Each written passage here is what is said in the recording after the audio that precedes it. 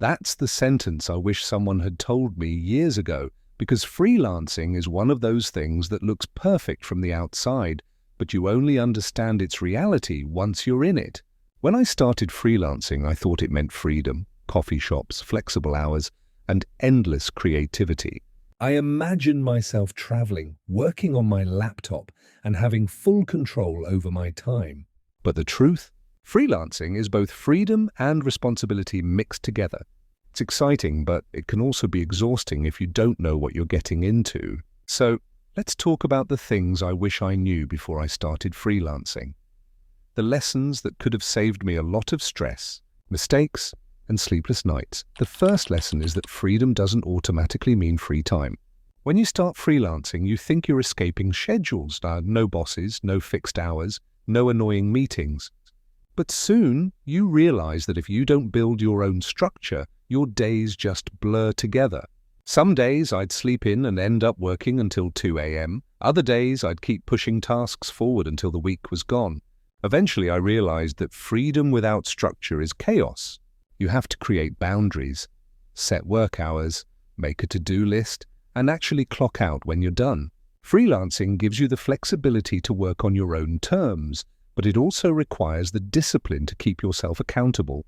True freedom isn't about doing nothing. It's about working smartly and intentionally. The second thing I wish I knew is that clients matter more than skills. I used to believe that if I was talented enough, clients would automatically respect me and my work. But freelancing quickly teaches you that not every client is a good fit. Some pay late, some don't communicate clearly, and others think small revisions means redoing the whole project for free. I learned that finding the right clients is more important than finding more clients. Pay attention to red flag. Clients who avoid contracts, bargain too much, or constantly change the scope of work. A good client relationship is built on trust, clarity, and respect. The right clients make freelancing enjoyable. The wrong ones make it a nightmare. The third lesson is about money management. When I started getting paid as a freelancer, I felt unstoppable. Suddenly, there was no fixed salary. Some months were amazing, others were painfully quiet. That unpredictability was stressful. I learned the hard way that freelancing requires financial planning. I started separating my income into 3 parts: 30% for taxes, 50% for expenses, and 20% for savings or emergencies. I also opened separate bank accounts for business and personal use. The day I did that, everything became clearer. You can't control when clients pay you, but you can control how prepared you are. Freelancing gives you financial freedom, but only if you treat your finances like a business. Lesson number 4. Self-motivation is a skill you have to build. When you work alone, no one's watching, reminding or pushing you to finish your tasks. That sounds great, until you realize how easy it is to waste time. Some days, I'd sit in front of my laptop for hours, doing everything except actual work. I had to teach myself to stay consistent even when I didn't feel like it. What helped was creating routines, starting my mornings with a plan, setting clear goals, and using tools like the Pomodoro technique to focus. I also found that having a designated workspace, even a small one, made a big difference. Freelancing demands self-discipline, but once you build that muscle, it changes how you work forever. The fifth thing I wish I knew is how powerful personal branding can be. Early on, I kept my work private, thinking clients would just find me somehow. But the reality is, people can't hire you if they don't know you exist. Once I started sharing my projects, insights, and small wins on social media, everything changed. Clients began approaching me directly. You don't need to be an influencer, just be consistent. Share what you do, how you do it, and why you love it. A personal brand helps you stand out and builds trust even before the first conversation. Remember, in freelancing, your reputation is your resume. Lesson 6. Saying no is just as important as saying yes. In the beginning, I accepted every project that came my way. I was afraid that if I said no, I'd lose opportunities or income. But all that did was lead to burnout.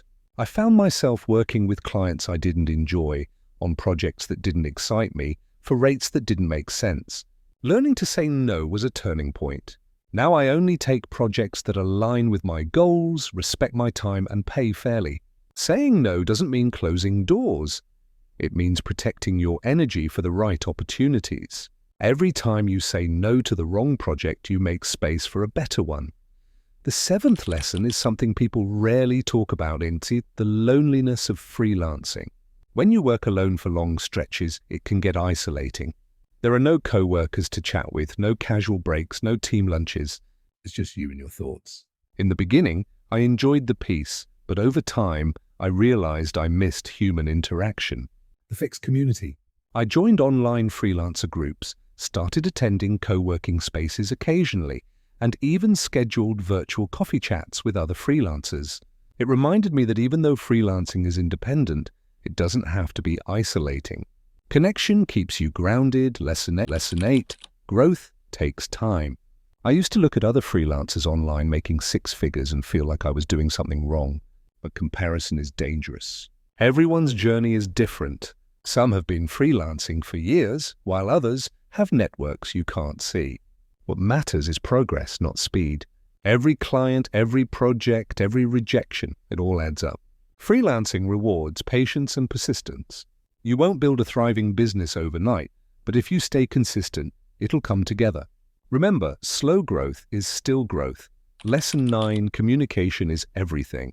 I once lost a client, not because my work was bad, but because I didn't communicate well. I assumed they knew what I was doing, but they didn't. That silence created doubt. Since then, I've made communication a priority. I send updates regularly, confirm expectations early, and ask questions instead of guessing. Clients appreciate transparency. It builds trust and shows professionalism. Great communication doesn't just prevent problems. It makes clients feel valued and secure.